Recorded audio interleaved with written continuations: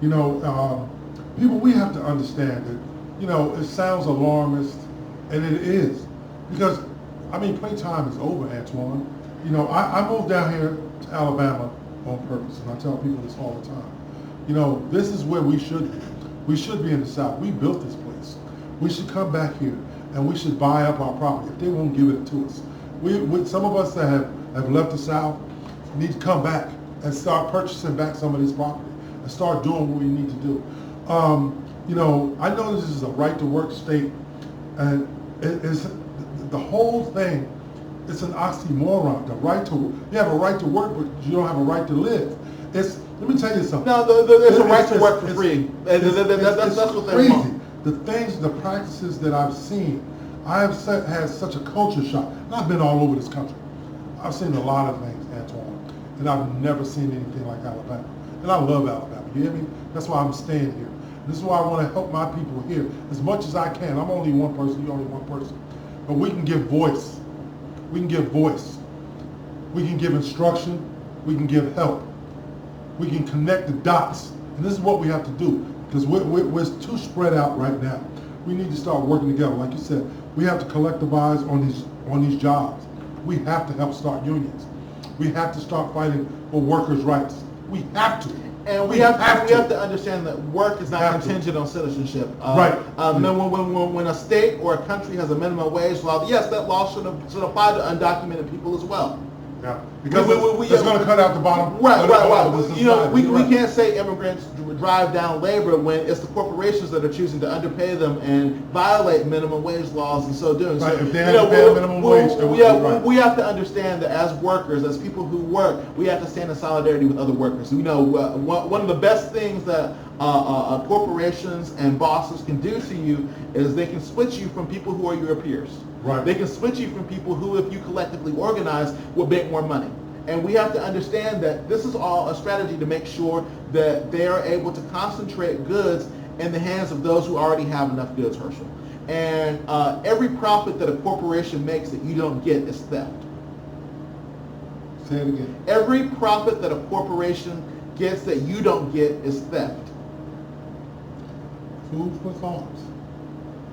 You know, again, people, you know, I'll stop the show every now and then and make mention of Antoine and myself being from two different generations.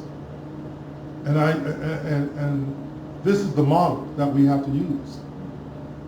We have different views on some things. On some things, we are lockstep and focused. You hear what I'm saying? And the major thing that we are on lockstep and focused on is our community. Do you hear what I'm saying? So whatever Antoine doesn't agree with on a small scale with me doesn't matter. Whatever I don't agree with Antoine with on a small scale don't matter. You'll never hear me berate or discourage Antoine publicly. You'll never hear Antoine berate or discourage me publicly. We'll have our heated discussions in private, respectfully and loud. But we will never, ever, ever do it in public. And this is what we have to understand. Y'all Herschel shouts a lot. No, I hope. They know me. They know. I shout when I'm happy. So they know I'm loud. That's what I do. But never disrespectfully. And this is what we have to get away from. We have to get away from being disrespectful of people that don't think exactly like we do. We are all different. We're different. And we're thrown together in this pot, this bucket, this island, whatever. We're thrown together with people that look like us that think differently. And we have to make it work to our advantage. We have to make it work to our advantage. We have to collectivize around the things that we can. The minor things, we'll worry about that once we right this ship. Right now, we're on a sinking ship, Antoine. Right now, we have to put away our personal stuff. Like Antoine, my children are fine. Damn yours. We can't think like that. My paycheck is fine. Exactly. I can't worry about you. I made it. This way, I made it. You got to do what you got to do. Exactly. That is the very thing one of the very things that has us in the condition that we're in. And that's what bosses want you to think. We bought into that bullcrap. That kind of individual success story is how people in management and corporations want you to think. They want you to look at individual success stories and assume that's a byproduct of merit. It's not. It's not. It's not. It's a way to divide and conquer. If I make it, and it's a way to individualize success that should be collective. If I make it, the thing to do is to open up avenues for others to make it. You know, if we get somebody on the inside, you can pull that door open from the inside, not help keep it shut from other people that look like you. But the goal is to get rid of the door. Right. Yeah, and so you need someone. You need people on the other side of that door. Opening the door is not sufficient. And often I think that my concern is always that we're so concerned about whether or not the door opens for us that we forget that the door is an illegitimate byproduct, and we forget that we forget the goal of removing it. And efforts that do not remove the door, I'm not going to say that they're useless, but we have to maintain the bigger picture always. And the bigger picture is for us as a collective, though, because this is something that's been instilled in us since we were brought here to always use someone that looks like us to control us by giving them a little bit more, Antoine, by giving them the illusion of inclusion. But when it goes wrong, that's the first one they get rid of. You know what I mean? That's the first one. Now, one thing you mentioned earlier, Herschel, about people coming back down to the South and getting land in the South. Now, I agree that they should get land, but I also think that buying that land themselves is not the only form of redress. That land can also be the byproduct of reparations. It's something that people from New Africa... Ideally, that's what's supposed to happen. But again... Well, let me finish. Let me finish.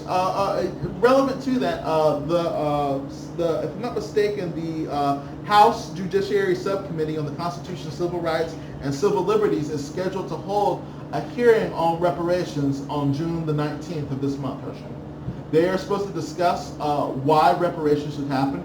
They're supposed to discuss what the claims for reparations are, and they're bringing on two people that we might know. One of them is the person who wrote the case for reparations at the Atlantic, Ta-Nehisi Coates. He is going to come and give his probably a version of the case for reparations, and he makes the novel argument that we shouldn't just get reparations for slavery, that we should also get reparations for Jim Crow and for redlining, all of which have still living victims, and all of which are byproducts of the slave system. Now, that is one person that's doing it. The other person is also going to be a very moral and right-thinking person who is very underrated, I believe, in terms of celebrity. He is the little-known leftist, Danny Glover.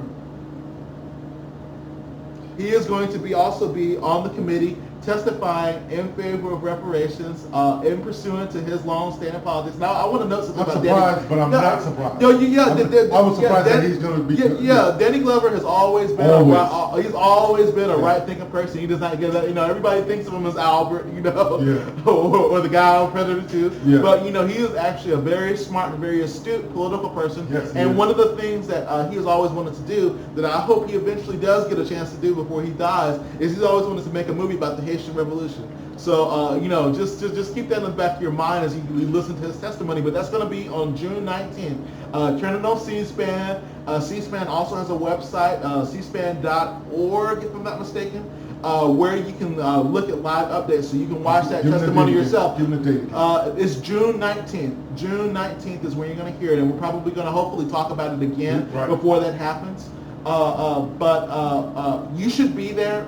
Even if you don't think that black people should get reparations, you should see this as something that's very relevant to your community and relevant to your future. You should see it as something that's necessary to either change your mind or to strengthen whatever opinion you already have on reparations. This is something that's been surprisingly at the forefront of a lot of political discussions over the past year. Something that's even been injected into the modern presidential race, where you have multiple candidates coming out in favor of H.R. 40, which is John Conyers' old bill asking for a committee to study reparations. Now, it should be noted that so far only one candidate actually has a reparations plan. That's Marianne Williamson. She is the only person who has outright said that there should be monetary reparations. And despite the fact that her number is far too slow, she's only calling for $100 billion. It is an actual it is an actual reparations plan. We can start with that. We can start with that. So this is something that we've mentioned this on a recurring basis, and we will continue to mention this. But when we talk about moving back, one of the tenets of the New Africans is that we should be getting a chunk of the South as a consequence of reparations plans. We should be getting our 40 acres and 2 mules. We should be getting what is due to us for a legacy of ongoing racial discrimination and racial theft. Antoine, and I don't want to cut you off. I just don't want to lose my train of thought. I saw an expose. Now, everything that you mentioned it as if it's not happening. No, I said ongoing racial discrimination. Yeah. I saw a thing, an expose this week about reverse mortgages. And how they're victimizing black community. Yeah. How this is stuff that I've been talking about for a long time. The rates are 200 to 400 times greater for black people. The interest rates, the foreclosure rates, of reverse mortgages. They're sucking old people in until you can stand in your home, and they're targeting black and brown people. Now, when we have these discussions, about the wealth gap, when me and Herschel have these heated discussions about the wealth gap and about systemic stuff, when I'm having that discussion, that's the kind of thing I'm talking about. Yeah. That is precisely because it's incalculable how much wealth is stolen from the black community. And they had a number. They had a number. They had a number. I talk about this all the time, but it's billions and billions and billions of dollars have been sucked out of the black community, and every single time we individualize the problem, every single time we think that there is a level of financial literacy that we can get or a small business that we can open, we ignore the broader picture, which is that the wealth schemes that white people have been using to steal money from black communities have actually already incorporated the possibility of you being financially literate and you already having a business. It's actually using that as one of the mechanisms for them to make more money. So we have to be very careful about how we posit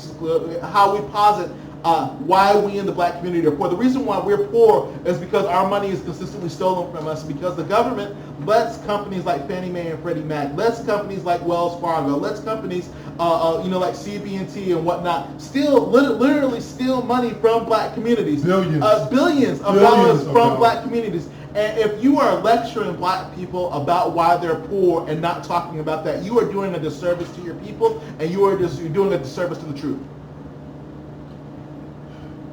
Again, it's system and it's macro. It's system and it's macro. It is system and it is macro, and it always has been and always will be. Antoine, it's always never enough time. We started a little late, so we're going to end a little late. Don't worry about it.